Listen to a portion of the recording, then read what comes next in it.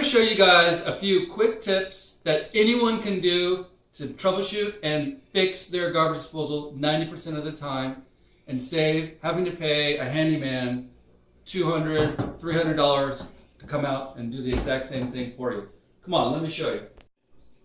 So when you go to turn on your garbage disposal and you do not hear that sound, but rather you hear no sound or a slight humming, your garbage disposal is not working.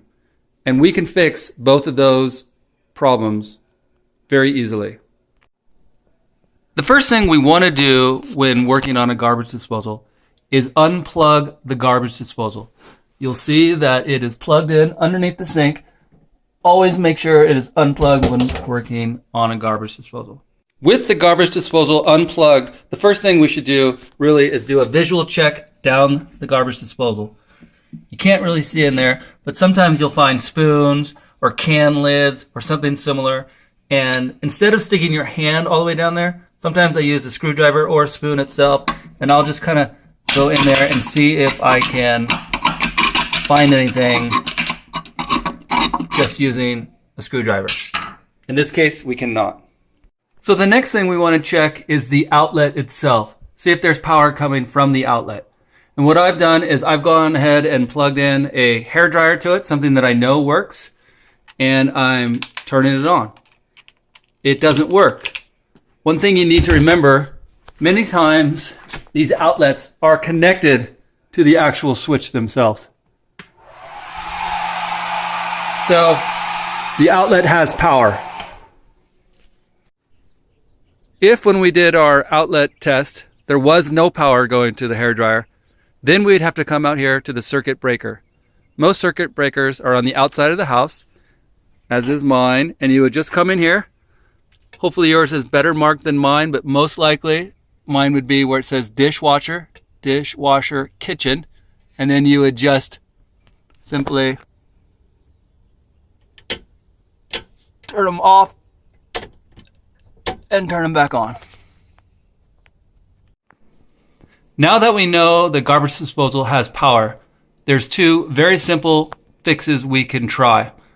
Both of them are going to be at the bottom of the garbage disposal themselves. I'm going to take you to the new garbage disposal I have, and we'll go through it.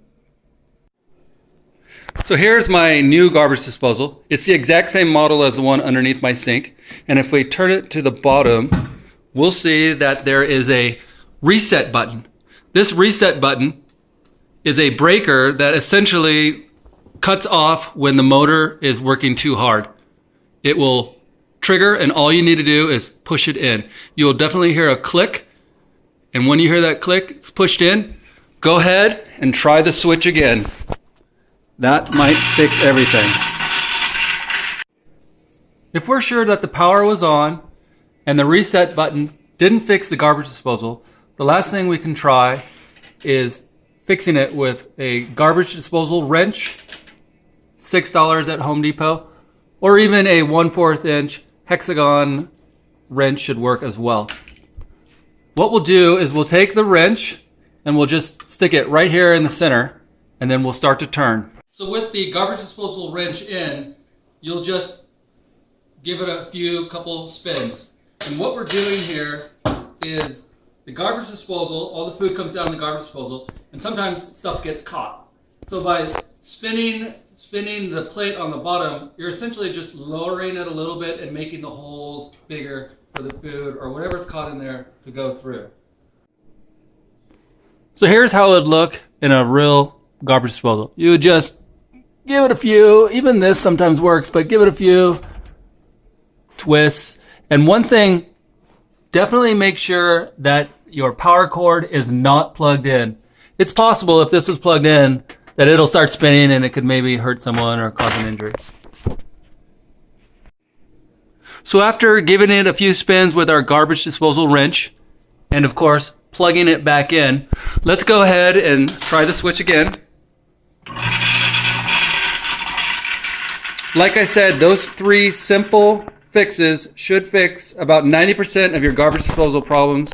Should take you less than 5-10 minutes. If you're still having problems, the next step is simply to remove the garbage disposal from the sink. To do that, let's look at how it's attached underneath the sink. Of course, it's attached to the sink. There's a discharge tube where all the chopped up food goes down to the sewer. And then there's the dishwasher input. That's the dirty water coming in from the dishwasher. So all you would need to do is hand untighten that. No big deal. That's just a clamp, which on the other side you could see there's a screw holding it in. You just unscrew this and then pull that off. And then this, you just simply take 2 screwdrivers, put them through these loops, and twist counterclockwise. So this is what your garbage disposal would look like once completely removed from underneath the sink. You'll notice we've taken it off the bracket from the sink simply by rotating this. We have disconnected the dishwasher input and we've disconnected the discharge tube. Now all you got to do is take this piece off and you are able to look inside. Go ahead and look inside, and you're looking for any rocks, any old tin cans, anything that would get lodged pretty much in these holes right here. And what you want to do is make sure that your garbage disposal can spin fairly easily, like that. If it spins easily, then you're good to go. If you can't get it to spin, or you're not seeing anything and it's still not working, there is unfortunately not much else you can do. The next step would be to buy a brand new garbage disposal. Another quirk about garbage disposals is they don't come with a power cord. You have to either buy a separate power cord, or you can reuse the power cord that is with your old garbage disposal. I'm not going to get into it, but basically you do need to pull out these wires and just reverse engineer what's already there. It's actually very simple electrical work, but you do have to do it. Then, with the power cord installed, you would simply align that up under your sink, turn it back on, put the dishwasher hose back in, and reconnect your discharge tube, and voila, you've replaced your garbage disposal.